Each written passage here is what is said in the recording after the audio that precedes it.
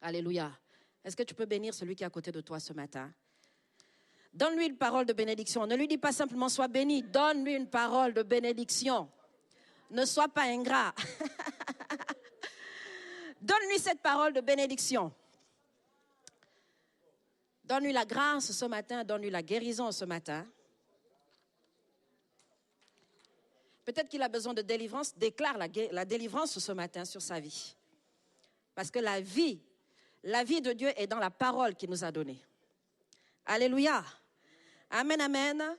J'aimerais que l'on prenne nos Bibles dans le livre de Agé, au chapitre 1.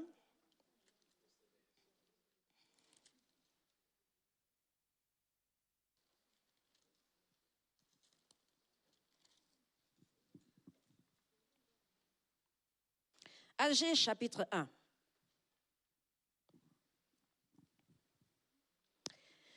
La Bible déclare, ainsi parle l'Éternel des armées, considérez attentivement vos voies, montez sur la montagne, apportez du bois et bâtissez la maison.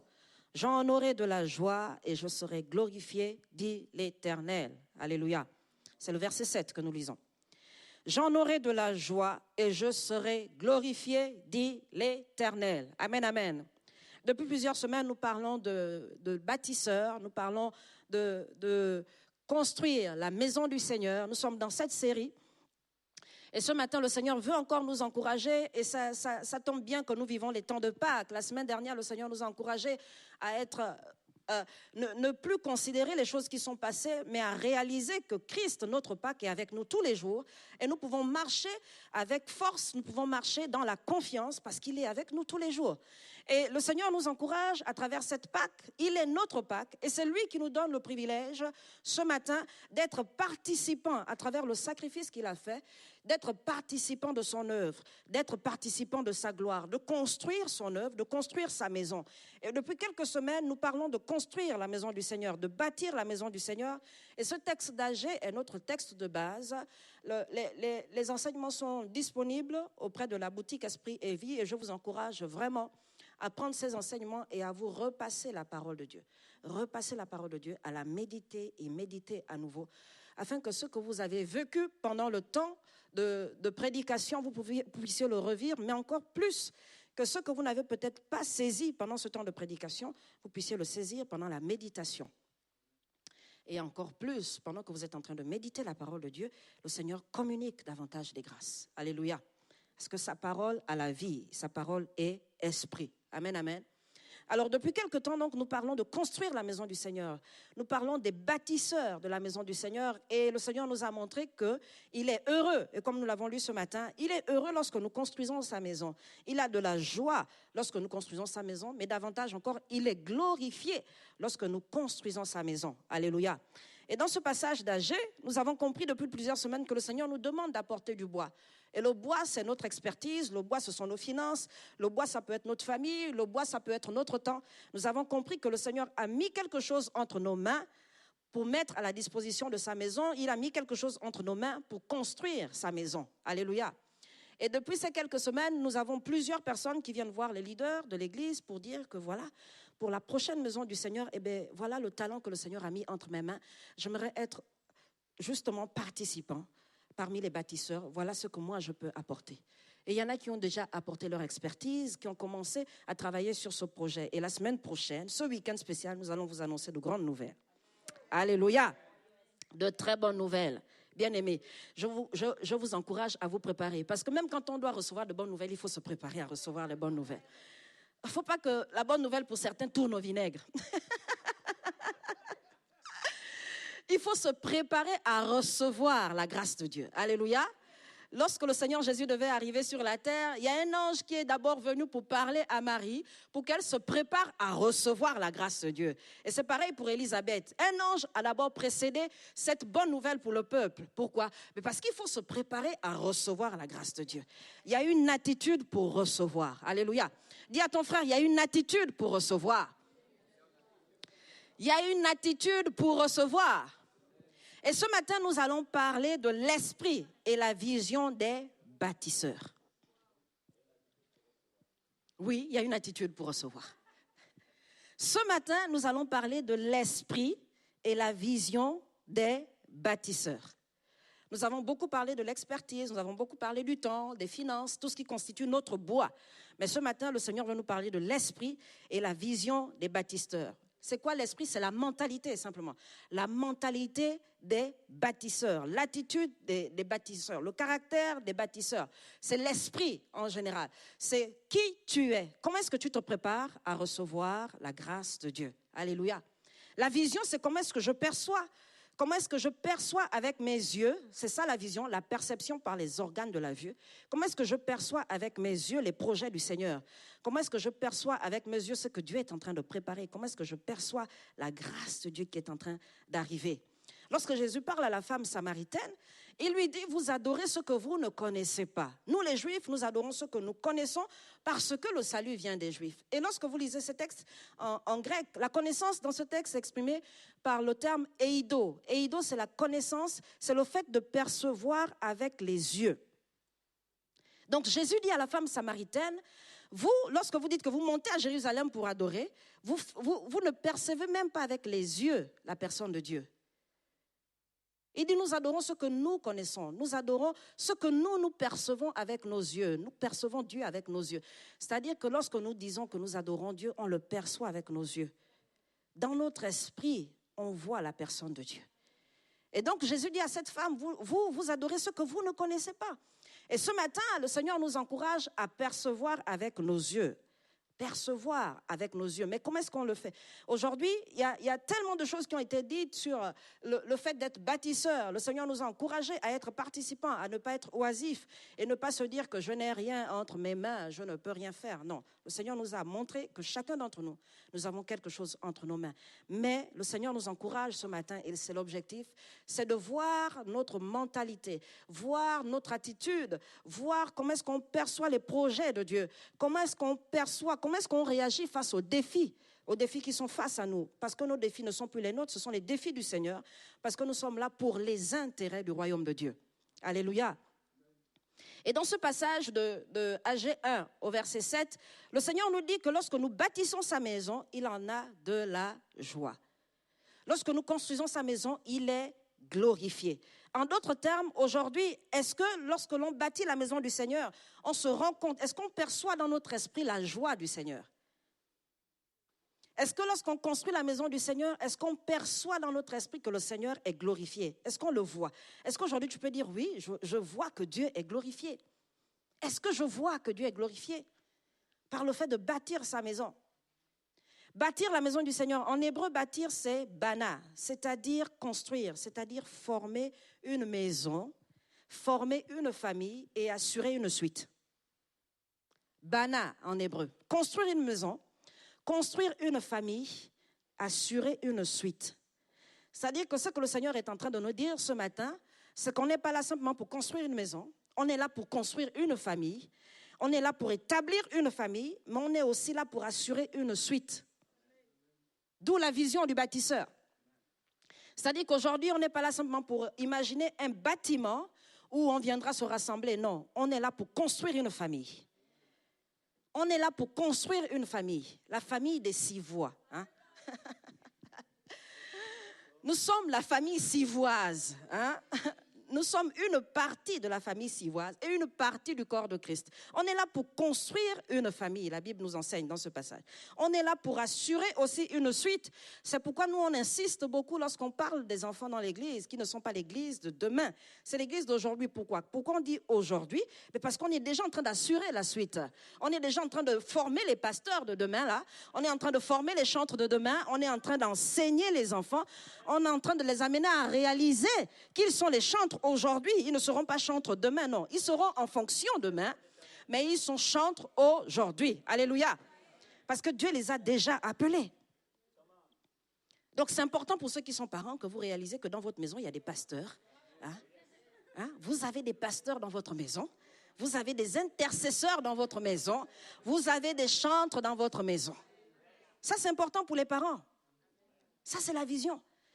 Si vous les voyez juste comme des petits, hein, ils doivent vous laisser tranquille pendant, comme c'est calme là, c'est calme ce matin. Hein. On aura les bébés au deuxième tour. Là. Si vous vous dites, oh, faut qu'il nous laisse tranquille, hein, faut qu'on écoute notre message tranquille, ou que je passe mes temps de louange, que l'enfant ne me dérange pas, alors que l'église des enfants s'en occupe, vous avez perdu la vision. Ce n'est pas une garderie. Ce n'est pas une garderie. Quand vous allez vous rendre compte à plusieurs reprises qu'un de vos enfants peut-être fait des songes, il revient tout le temps vous parler de quelque chose et que ces choses attirent votre attention ou se réalisent, bien aimé, rendez-vous compte que l'onction prophétique a déjà commencé à l'agiter. Et il faut poser des questions au Seigneur. Bien aimé, c'est parce que les gens étaient consacrés à Dieu dans l'ancienne alliance que le Seigneur leur parlait sur leurs enfants avant même qu'ils n'arrivent. C'était des gens qui cherchaient la volonté de Dieu. Et avant même qu'ils n'aient des enfants, le Seigneur venait déjà leur dire pourquoi est-ce qu'ils devaient avoir un enfant, qu'est-ce que cet enfant venait faire sur la terre. Parce qu'ils étaient consacrés au Seigneur. Et lorsque cet enfant venait au monde, ils construisaient la vie de cet enfant autour de la parole prophétique qu'ils avaient reçue du Seigneur. On voit la vie de Anne lorsqu'elle demande au Seigneur un enfant et par la suite elle fait cette alliance, ce vœu à Dieu de donner au Seigneur cet enfant. Elle ne fait pas qu'aller déposer Samuel au temple. La Bible dit qu'elle confectionnait des vêtements pour le service. Donc elle travaillait à ce que son fils exerce son ministère. Aujourd'hui, en tant que parent, comment est-ce que tu fais pour travailler à ce que ton fils rentre dans son ministère? Ça, c'est la vision des bâtisseurs. Et de moi, dans des églises, on se retrouve sans musiciens ou sans intercesseurs. Pourquoi? Parce qu'on n'a pas travaillé à construire la suite. On a pris notre ministère, c'est notre ministère, c'est le nôtre. On n'a pas travaillé à transmettre à quelqu'un. C'est important d'avoir la vision, les bâtisseurs. Et aujourd'hui, comment est-ce que tu perçois les projets de Dieu? Dans quelle attitude ce projet vient te trouver aujourd'hui? On va construire la maison du Seigneur, oui, mais dans quelle attitude ce projet te trouve aujourd'hui? Comment est-ce que tu te trouves aujourd'hui? J'aimerais qu'on lise l'histoire d'un bâtisseur, qu'on connaît bien dans la parole de Dieu. C'est Néhémie, quelqu'un qui a construit pour le Seigneur, quelqu'un qui s'est détaché de ses fonctions, quelqu'un qui avait des responsabilités et qui, à un moment donné, s'est détaché pour pouvoir construire pour l'honneur du Seigneur. La Bible dit qu'il sera glorifié, il sera honoré lorsqu'on construit sa maison. Et voilà quelqu'un qui s'est détaché et qui a construit pour le Seigneur la muraille de Jérusalem avec ses frères. Quelqu'un qui a dit à Dieu qu'il va l'honorer. Lorsqu'on voit l'histoire de Néhémie, on se rend compte que c'est quelqu'un qui avait vraiment à cœur l'œuvre de Dieu. Et j'aimerais qu'on affiche Néhémie 1, parce qu'on ne va pas lire tout le chapitre. C'est quelqu'un qui avait vraiment à cœur l'œuvre du Seigneur. Quelqu'un qui avait à cœur les intérêts du Seigneur. Et la Bible nous enseigne dans Philippiens 2 que nous devons avoir les mêmes sentiments qui étaient en Jésus. Jésus est venu pour exercer un ministère. Jésus est venu pour établir le royaume de Dieu. C'est quelqu'un qui avait la compassion quand il fallait avoir la compassion. Quand il priait pour les gens, la Bible dit qu'il était ému de compassion. Il avait la compassion à un moment donné. Il avait la colère aussi quand il priait pour des personnes qui étaient sous le joug de maladies, sous le joug des esprits méchants. Parfois, il manifestait de la colère, pas envers les personnes, mais envers ces esprits qui tenaient ces personnes sous le joug, sous l'oppression. Et il y a plusieurs sentiments que Jésus a exprimés. Et la Bible nous enseigne que nous devons avoir les sentiments qui étaient en Jésus. Il y a des moments où le Seigneur se retirait, où il chantait des cantiques. La Bible dit qu'il avait la joie dans son cœur. Et c'est important pour le bâtisseur. C'est important d'avoir les sentiments qui étaient en Jésus. Ça fait partie de nous, ça fait partie de notre mentalité, ça fait partie de notre être entier. Et dans Néhémie 1, on voit l'attitude de Néhémie, on voit la mentalité d'un bâtisseur, on voit l'attitude d'un bâtisseur. Et dans ce passage, on peut lire déjà les 2 premiers versets. Parole de Néhémie, fils de Hakalia. Au mois de Kislev, la 20e année, comme j'étais à Suse, dans la capitale, Anani, l'un de mes frères, et quelques hommes arrivèrent de Juda. Je les questionnais au sujet des Juifs réchappés qui étaient restés de la captivité et au sujet de Jérusalem. Ils me répondirent, ceux qui sont restés de la captivité sont là dans la province, au comble du malheur et de l'opprobre. Les murailles de Jérusalem sont en ruine et ses portes sont consumées par le feu. Lorsque j'entendis ces choses, je m'assis, je pleurai et je fus plusieurs jours dans la désolation. Je jeûnai et je priai devant le Dieu des cieux et je dis, ô Éternel, Dieu des cieux, Dieu grand et redoutable, toi qui gardes ton alliance et qui fais miséricorde à ceux qui t'aiment et qui observent tes commandements. Que ton oreille soit attentive et que tes yeux soient ouverts.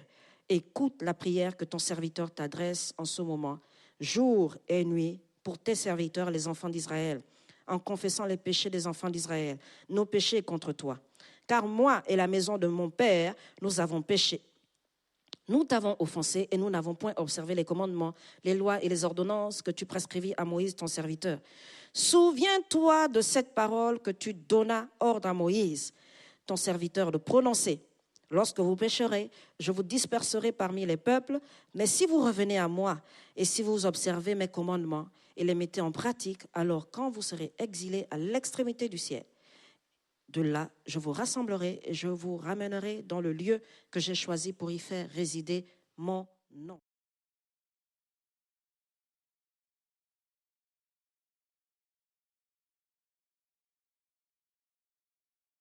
Voilà un bâtisseur qui se présente devant le Seigneur. Dans ce passage, au verset 4, la Bible nous enseigne qu'il prend un temps de jeûne. Il se retire dans la présence de Dieu, il rentre en prière, il rappelle à Dieu son alliance. La Bible déclare que le Seigneur garde l'alliance. Il chérit l'alliance, il se souvient de l'alliance. C'est pourquoi c'est important en tant qu'Église, de faire une alliance avec Dieu. Et nous avons fait une alliance avec le Seigneur. Et lorsque le Seigneur nous a dit que c'était le temps de construire une maison pour lui, nous avons rappelé au Seigneur son alliance. Nous avons rappelé à Dieu l'alliance que nous avons faite avec lui.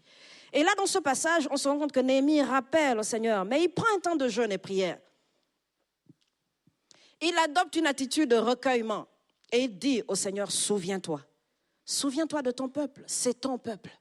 Souviens-toi de la parole que tu as libérée à travers Moïse ce matin. Et il dit, souviens-toi des prières que je te fais jour et nuit. Il était longtemps dans la prière. Il rappelait au Seigneur. Il demandait à Dieu de se souvenir et il demandait au Seigneur d'agir. Et il prie en faveur de tout le peuple. Tout le peuple. Il se sent concerné par cette situation. Et il prie pour tout le peuple. C'est quelqu'un qui n'était pas à cette époque avec le peuple. Mais il prie pour tout le peuple. Quand il reçoit ces paroles, il se sent concerné. Et nous devons construire la maison tous ensemble comme un seul homme. Nous devons nous sentir tous concernés par la question de la présence de Dieu, par la question de la maison du Seigneur, par la question des enfants, tout ce qui concerne la maison du Seigneur. Nous devons tous nous sentir concernés. Parce que ce sont les intérêts du Seigneur. Et là, lorsque Néhémie se tient dans la prière, au chapitre 2, plus loin, au chapitre 2, on va prendre juste quelques versets. Au verset 16, il dit, les magistrats ignoraient où j'étais allé et ce que je faisais. Jusqu'à ce moment, je n'avais rien dit aux Juifs, ni aux sacrificateurs, ni aux grands, ni aux magistrats, ni à aucun de ceux qui s'occupaient des affaires. Je leur dis alors, vous voyez, malheureux état où nous sommes, le malheureux état où nous sommes. Jérusalem est détruite et ses portes sont consumées par le feu. Venez, rebâtissons la muraille de Jérusalem et nous ne serons plus dans l'opprobre.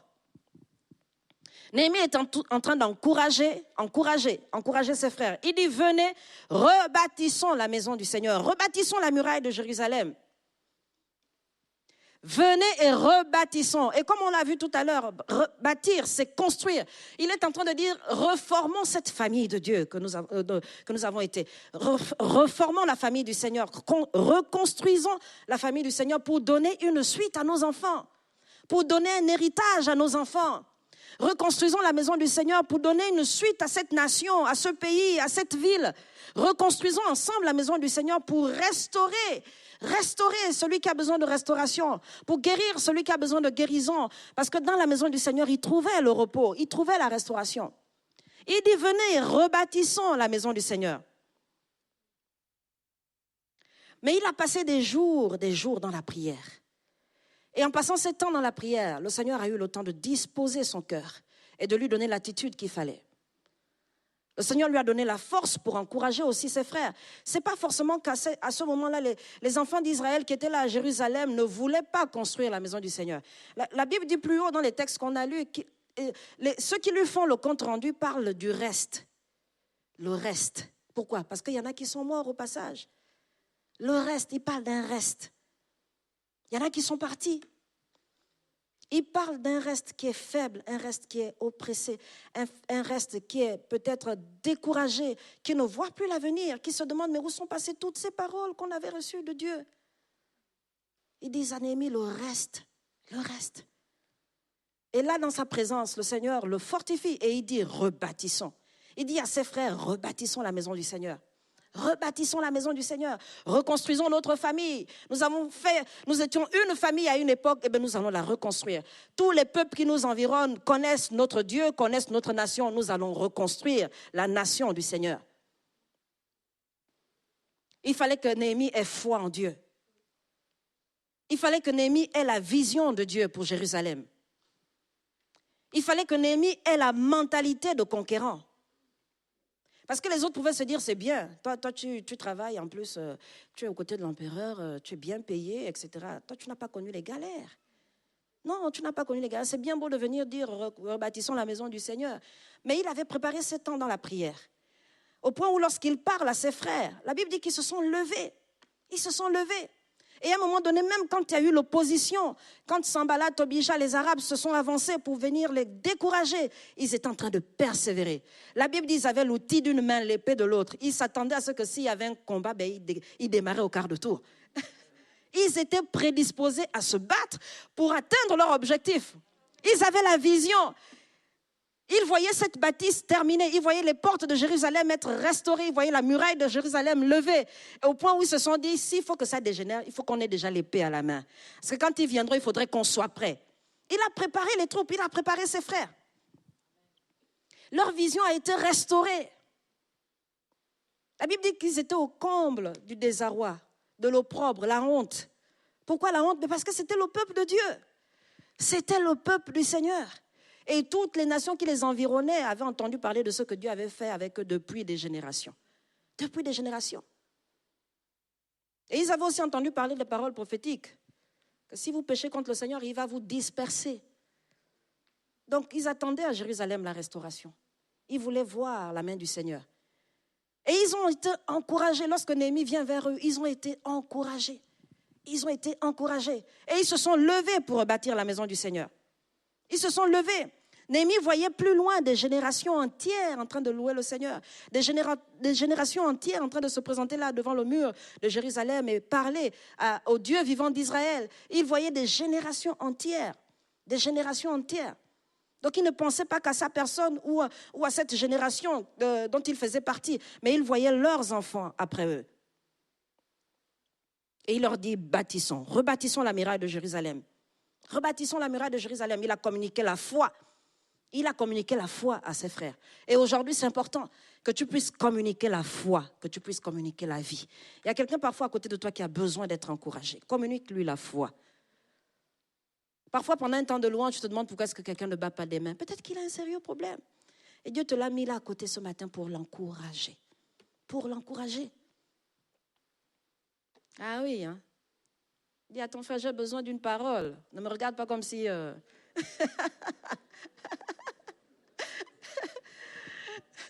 me regarde pas comme ça, j'ai besoin d'être encouragé ce matin. Il y en a qui ont besoin d'être encouragés.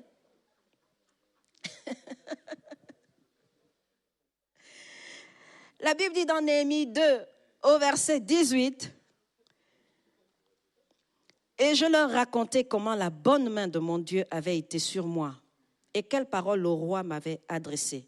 Ils dirent, levons-nous et bâtissons. Et ils se fortifièrent dans cette bonne résolution. » Alléluia. Néhémie ne fait pas que leur dire, levons-nous, bâtissons. Le Seigneur nous a promis que lorsqu'on reviendra à lui de tout notre cœur, il va nous restaurer, etc. Non. Il leur raconte aussi des témoignages au passage. Il leur dit que la bonne main de mon Dieu a été sur moi. J'ai un poste important, mais j'ai demandé la faveur et j'ai eu la faveur des grands. J'ai reçu la grâce de mon employeur. Il m'a accordé un long congé pour rebâtir la maison du Seigneur. Est-ce que le Seigneur n'est pas avec nous? Il les encourage. Et là, tous d'un commun accord, la Bible dit dans ce verset 18, ils disent, levons-nous et bâtissons. Et la Bible dit qu'ils se fortifièrent. Ils se fortifièrent. Dites, ils se fortifièrent. Ils se fortifièrent dans cette bonne résolution. Le tout n'est pas de prendre des résolutions, c'est important de se fortifier. C'est important de se fortifier. C'est bien de dire que oui, nous allons construire la maison du Seigneur. Alors je veux faire telle chose. Moi, ma tâche sera ceci. Le frère va faire cela. La Bible dit, ils se fortifièrent. C'est-à-dire qu'ils se rendaient de plus en plus forts. Parce que les défis étaient de plus en plus élevés. Donc c'est important de se fortifier. Se fortifier, ça peut être par le jeûne et la prière. Se fortifier, ça peut être le fait de s'exercer de plus en plus à fréquenter la maison du Seigneur parce que tu seras peut-être de plus en plus sollicité. Donc se fortifier, c'est passer à un autre niveau. C'est-à-dire que si on te sollicitait juste 2 heures, peut-être que tu seras sollicité 4 heures. Et si tu es quelqu'un qui aime les siestes, peut-être qu'on aura besoin de toi le dimanche après-midi. Ah oui, c'est important. Ça fait partie de se fortifier, c'est important. Il y en a peut-être, vous n'avez l'habitude de prier que 2 heures par jour. Le Seigneur va te dire que pour que ce projet voie le jour, j'ai besoin que tu veilles toute la nuit. J'ai besoin que tu veilles toute la nuit. Quand vous lisez Néhémie, vous vous rendez compte qu'il y a des moments où il faisait des rondes la nuit. La Bible nous explique qu'il faisait des rondes la nuit. Il priait dans la nuit. Il priait dans la nuit. Il faisait des rondes. Parce que ce que nous avons sur le plan naturel tire son origine sur le plan spirituel. Nos grâces sont spirituelles, il faut qu'on les voie à manifestation. Mais c'est la prière, c'est l'intercession, c'est le jeûne, l'adoration qui nous amène à enfanter ces choses. Et donc c'est important de se fortifier. C'est important de se fortifier. Si tu n'as pas l'habitude de prier, peut-être qu'il y a un frère que tu observes que ce frère prie plus que toi peut-être, ou il est plus fort dans tel ou tel autre domaine. Demande de l'aide. Demande de l'aide. La Bible déclare par lui, nous nous bénissons mutuellement. Alléluia. Par lui, nous nous bénissons mutuellement. Ça dit que ce que j'ai, je te donne. Ce que toi tu as, tu me le donnes. 2 valent mieux qu'un. Alléluia. Dis à ton frère, levons-nous, bâtissons la maison du Seigneur. 2 valent mieux qu'un. 2 valent mieux qu'un. 2 valent mieux qu'un. Alléluia. Alléluia. Il fallait qu'il leur communique l'esprit qu'il avait reçu. Il fallait qu'il leur communique l'esprit qu'il avait reçu. Et j'aimerais qu'on prenne nos Bibles dans le livre de Nombres. Vous savez, on ne peut pas recevoir l'esprit de quelqu'un, on ne peut pas recevoir la mentalité de quelqu'un si le Saint-Esprit lui-même n'opère pas. Ce n'est pas possible. Il y en a, à force de marcher avec quelqu'un, vous avez le même caractère que la personne à un moment donné. Vous avez la même façon de fonctionner que la personne. Pourquoi? Parce que vous marchez avec cette personne. Et vous recevez de cette personne. Quand on voyait Élisée opérer au milieu d'Israël, on retrouvait des choses qui étaient dans le ministère d'Élie, parce qu'il avait reçu de la part d'Élie. Même quand on cherchait un prophète au milieu des enfants d'Israël, la Bible nous enseigne qu'ils étaient dans une école de prophètes. Il y avait plusieurs prophètes. La Bible les appelle les fils de prophètes. Ils étaient nombreux. Et lorsque le roi recherchait un prophète, il y a quelqu'un qui dit d'Élisée, mais il y a Élisée là. Élisée, celui qui versait l'eau sur les mains d'Élie. Parce que les gens reconnaissaient qu'il avait reçu d'Élie. Il avait reçu d'Élie. Et pour recevoir de la part de Néhémie, il fallait que le peuple d'Israël soit disposé. Mais il a préparé cela dans la prière. Et on peut lire dans le livre de Nombres, Nombres chapitre 11,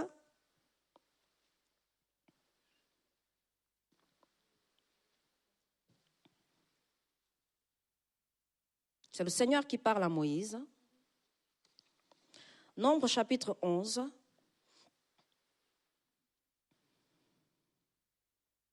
À partir du verset 16, la Bible dit, l'Éternel dit à Moïse, assemble auprès de moi 70 hommes des anciens d'Israël, de ceux que tu connais comme anciens du peuple et ayant autorité sur lui. Emmène-les à la tente d'assignation et qu'ils s'y présentent avec toi.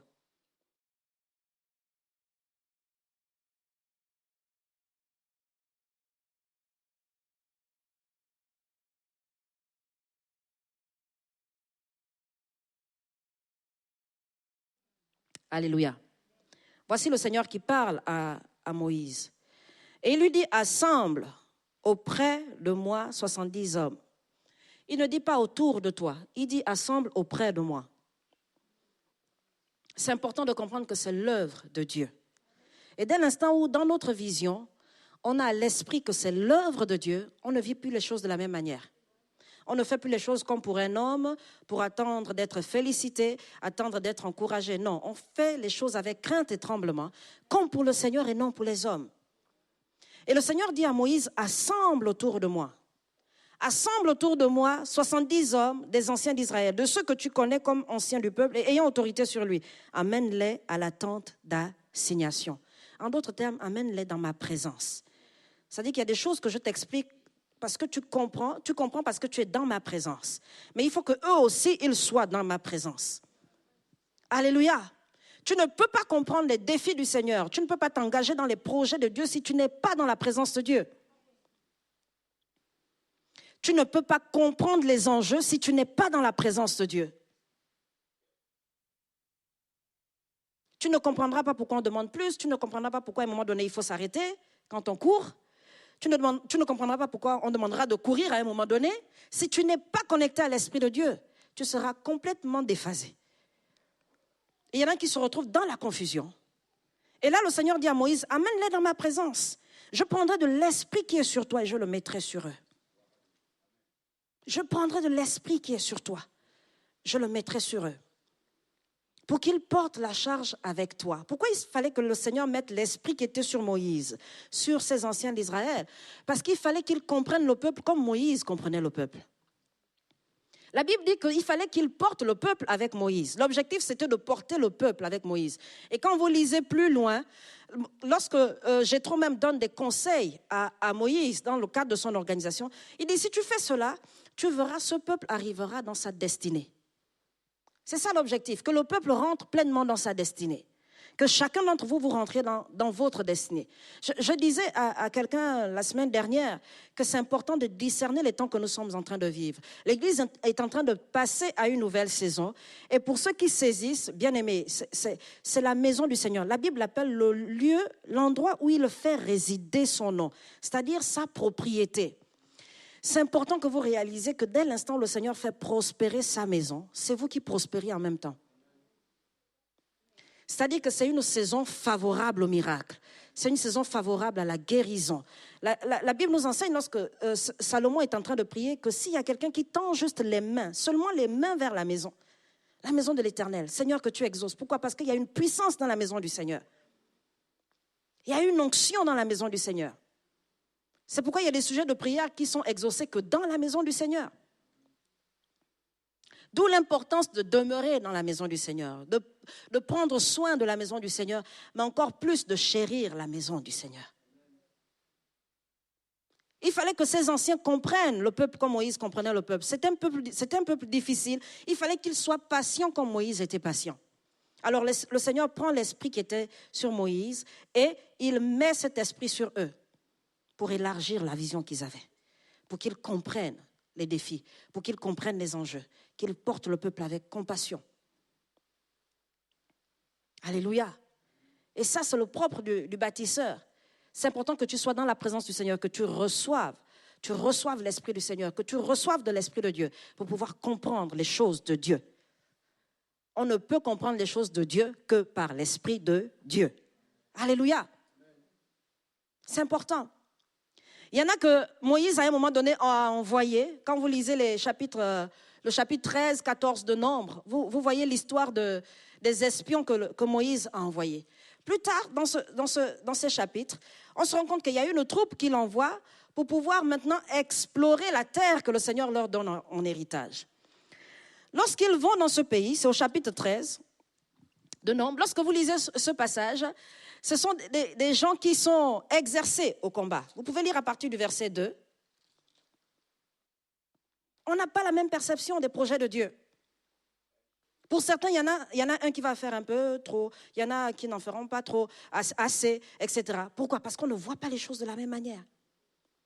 Et lorsque vous remarquez l'histoire de ces gens, ils disent au verset 27, « Nous sommes allés dans le pays où tu nous as envoyés. » Déjà, ils disent à Moïse que c'est toi qui nous as envoyés.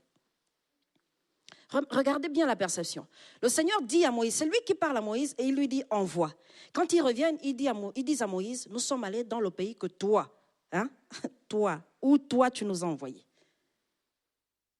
Déjà, ils sont focalisés sur l'homme. Ils ne voient pas les défis du Seigneur, ils ne voient pas les enjeux, ils ne voient pas que le Seigneur a une terre à conquérir. Non, c'est Moïse qui les a envoyés, ce n'est pas le Seigneur.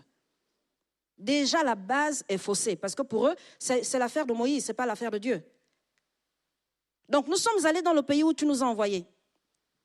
Et lorsqu'il parle à Moïse, au verset 28, il dit, c'est un bon pays. Franchement, là-bas, quand tu y vas, tu manges les fruits à volonté.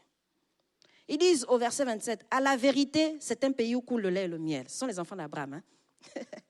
Je connais une catégorie des enfants d'Abraham qui aiment bien cette expression. À la vérité. À la vérité, c'est un pays où coule le lait et le miel. Et en voici les fruits. La Bible dit que quand ils revenaient de ce pays, justement, en montrant à Moïse les fruits, la Bible dit que les grappes étaient tellement juteuses qu'ils les portaient 2 à 2. C'est-à-dire que s'ils étaient à notre époque, ils chanteraient même en revenant là sur le pont d'Avignon. Ils marchaient 2 à 2 avec des grappes de raisin. Tellement le sol, la terre était fertile. Elle produisait. Et lorsqu'il parle à Moïse, au verset 29, il dit, nous y avons vu des enfants d'Anak. Les Amalécites habitent la contrée du Midi. Les Hétiens, les Jébusiens et les Amoréens habitent la montagne. Et les Cananéens habitent près de la mer et le long du Jourdain. C'était vraiment des explorateurs. La Bible dit que c'était des chefs parmi les familles qu'on avait envoyés. C'était des experts qu'on avait envoyés. Quand vous voyez le rapport de ces experts, vous vous rendez compte qu'ils parlent des ennemis. Ils parlent plus loin en disant que lorsqu'on a vu ces enfants, c'est un pays où les habitants, ils dévorent leurs enfants. Ce sont des géants, des enfants d'Anak, des fils d'Anak. Ce sont des géants. À nos yeux et à leurs yeux, nous étions comme des sauterelles. Ce qui est extraordinaire, c'est que ce sont des espions. Les espions, on ne les voit pas. En plus, ils retournent tous à 12, ils sont tous vivants. On ne voit pas les espions. Ils ont bien fait leur travail au point où les ennemis ne les ont même pas vus. Mais ils disent que les ennemis en question les ont vus comme des sauterelles. À quel moment ils ont discuté avec les géants? À quel moment ils ont discuté avec les enfants d'Anak? Et les enfants d'Anak leur ont dit, mais franchement, quand on vous regarde, vous êtes des sauterelles. Et ils repartent dire à Moïse, ils ont dit que nous sommes des sauterelles. À leurs yeux, on est comme des sauterelles. Vous vous rendez compte, quand il parle aux enfants d'Israël, la Bible dit plus tard que les enfants d'Israël se mettent à pleurer. Mais ils sont angoissés, ils sont effrayés. Non, il y a un problème. Je vous dis, la perception, c'est quelque chose de fort. Vous vous rendez compte qu'ils sont en train de se lamenter. La Bible dit qu'ils élèvent les cris. Ils pleurent que voilà, Moïse, tu nous as sortis d'Égypte, on va souffrir, on va mourir. Tu nous as menés ici pour que les géants nous tuent, etc. Mais ils sont en train de parler des gens qui ne sont même pas blessés, qui n'ont même pas un bleu. Non, mais ils n'ont même pas un bleu, mais eux, ils se voient déjà morts. Même ceux qui vous font le compte rendu n'ont même pas un bleu. Est-ce que vous vous rendez compte comment on peut corrompre la perception de quelqu'un? Combien il y a un pouvoir sur votre langue? La parole. Par votre parole, vous pouvez encourager quelqu'un à construire la maison du Seigneur ou à la détruire ou à s'écarter. Faites attention aux paroles que vous prononcez. Ils sont 12 à faire un compte rendu. Il y en a 10 qui sont chauds. Non, on ne peut pas. Mais ils n'ont aucune égratignure. Ils n'ont pas de blessure. Mais ils disent que non, on va nous dévorer. On ne vous a même pas touché. Et les autres se voient déjà morts. C'est terminé. On va mourir. Moïse, on va mourir. Puisque c'est Moïse qui les avait envoyés. On va mourir. Le Seigneur est tellement puissant qu'il met en face des enfants d'Israël des ennemis qui étaient censés même réveiller leur esprit. Quand on lit ce passage au verset 28, qu'on le prenne ensemble. Verset 28. Le peuple qui habite ce pays est puissant. Les villes sont fortifiées, très grandes. Nous y avons même vu des enfants d'Anak. Les Amalécites habitent la contrée du Midi. Les Hétiens, les Jébusiens et les Amoréens habitent la montagne. Et les Cananéens habitent près de la mer et le long du Jourdain. J'ai pris un temps pour analyser un peu les ennemis d'Israël. J'ai juste pris quelques-uns dans ce passage. Et je me suis rendu compte que les Amalécites, ce sont les enfants d'Amalek. Pour ceux qui lisent la parole de Dieu, ce sont les enfants d'Amalek. Amalek signifie qui demeure dans la vallée. Il demeure dans la vallée. C'est-à-dire qu'à un moment donné, le Seigneur montre aux enfants d'Israël que vous n'êtes plus appelés à marcher dans la vallée, mais vous devez marcher. Moi, je vous fais marcher sur les lieux élevés. Il réveille l'esprit des enfants d'Israël sans même qu'ils ne se rendent compte. Je vous appelle à marcher sur vos lieux élevés. Vous ne pouvez plus marcher dans la vallée. Vous ne pouvez pas demeurer dans la vallée. Vous marchez dans la vallée de l'ombre de la mort. Et vous ne craignez aucun mal. Et c'est pareil pour toi aujourd'hui. La Bible te dit, tu ne peux pas avoir peur d'Amalek. Parce qu'Amalek, lui, demeure dans la vallée. Mais toi, tu marches dans la vallée.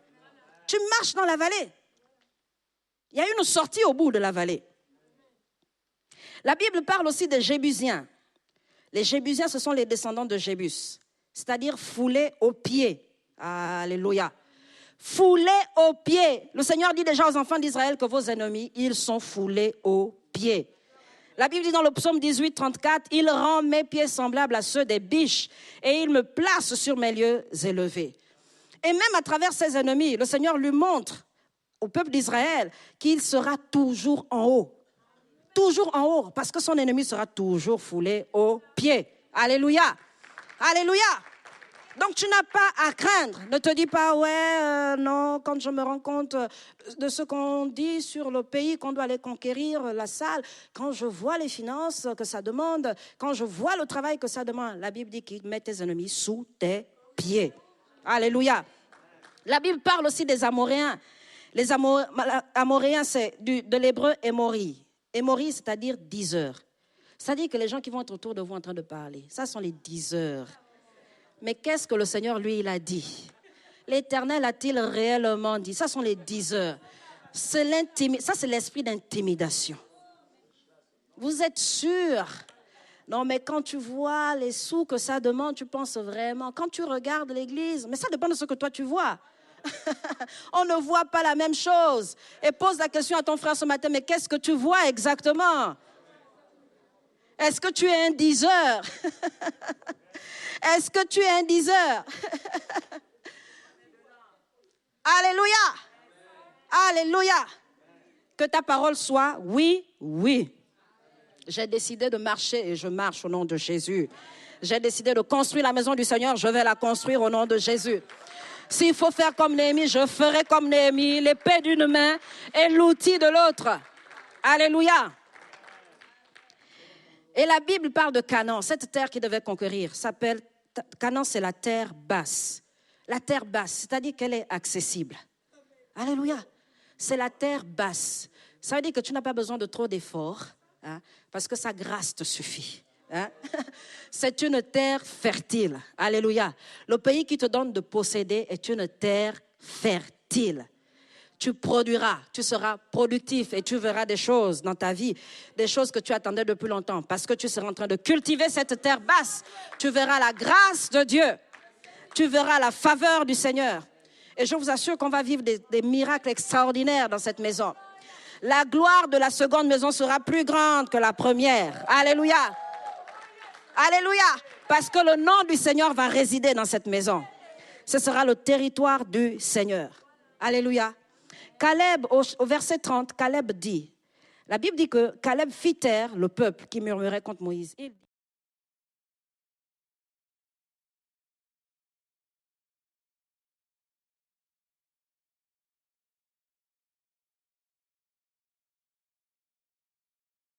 vous ne connaissez pas. Est-ce que le Seigneur te le dira ce matin?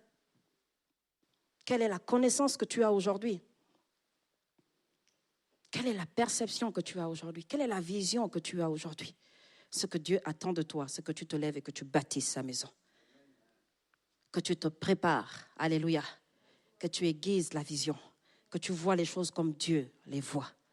Comme pour le Seigneur et non pour les hommes. Comme pour le Seigneur et non pour les hommes. Alléluia. Est-ce que tu peux dire à ton voisin, lève-toi, levons-nous et bâtissons la maison du Seigneur. Levons-nous et bâtissons la maison du Seigneur. Dis à celui qui est à côté de toi, dis à une autre personne, levons-nous et bâtissons la maison du Seigneur.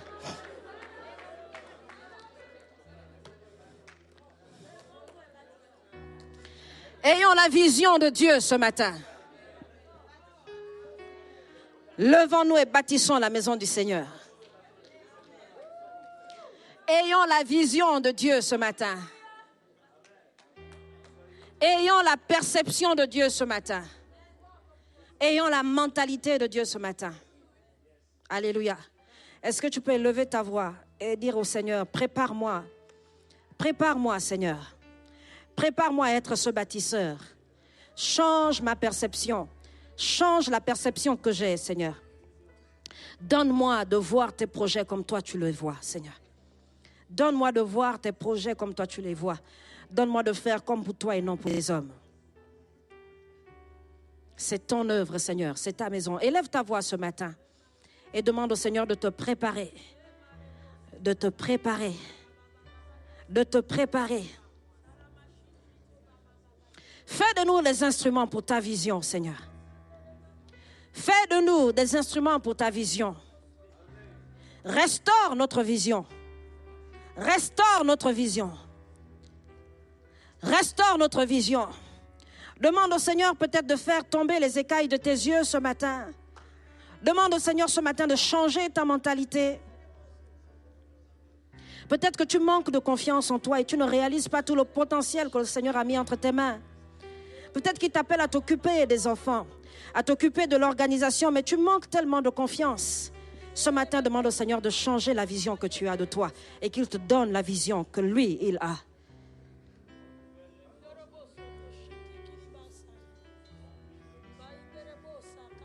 Tu n'es pas n'importe qui aux yeux de Dieu. Le Seigneur a payé de son sang pour te donner de la valeur. Tu as du prix aux yeux de Dieu. Alors ne dis pas je n'ai rien. Je n'ai rien. Le Seigneur t'a donné peut-être de la joie. Il y en a qui seront peut-être guéris à travers des sourires que tu leur donneras, à travers des accolades. Peut-être que tu embrasseras seulement quelqu'un et il sera restauré. Alors demande au Seigneur ce matin de te donner la vision que lui il a de toi. Ne méprise pas ta personne. Ne méprise pas ta personne. Peut-être que tu es focalisé sur les finances et tu te dis que je n'ai pas assez de moyens comme certains. Ne méprise pas ce que Dieu a mis entre tes mains. Nous ne sommes pas dans une course à la compétition.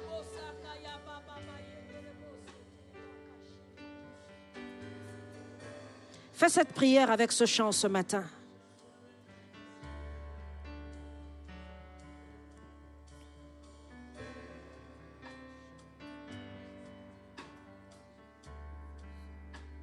Merci Seigneur, toi qui es le Dieu des bâtisseurs. Viens par ton esprit. Tu es le Dieu des bâtisseurs, Seigneur. Viens par ta puissance. Rendre prééminent. Viens par ton esprit.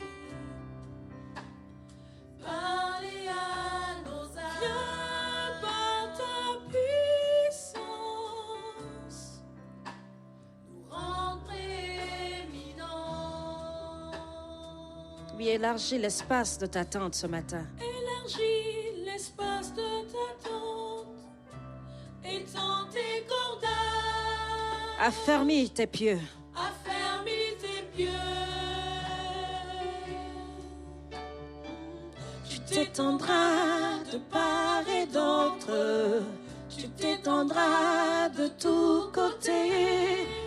Ta descendance prendra les nations et peuplera les villes abandonnées.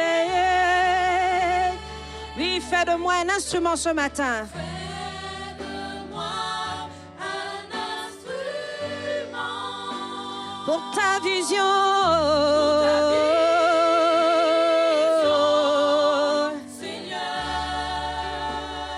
Fais de moi un instrument.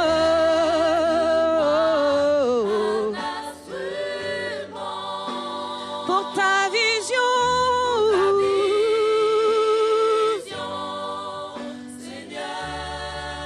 Encore une fois, fais de moi un instrument.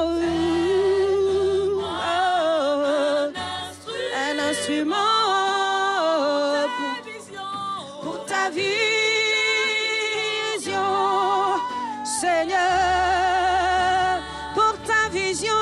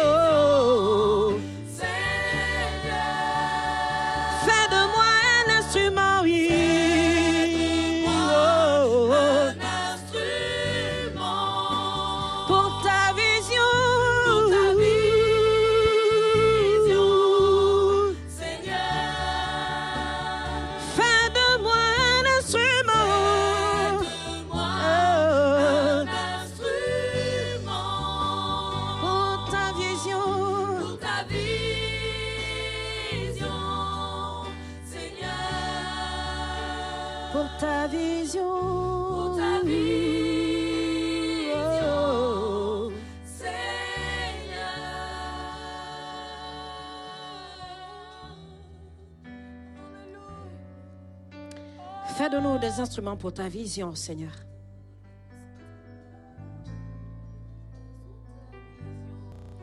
Là où tu es, j'aimerais que tu présentes ton offrande au Seigneur.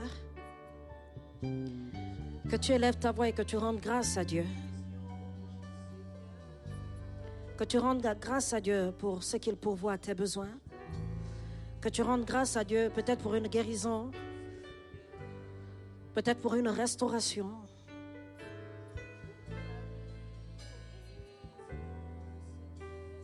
Nous recevons de toi ce que nous t'offrons. Nous recevons de lui la grâce. Nous recevons de lui la faveur. Nous recevons de lui un salaire pour certains. Nous recevons de lui des dons. Nous recevons de lui la guérison. Et ce matin, en apportant ton offrande, que tu sois reconnaissant au Seigneur.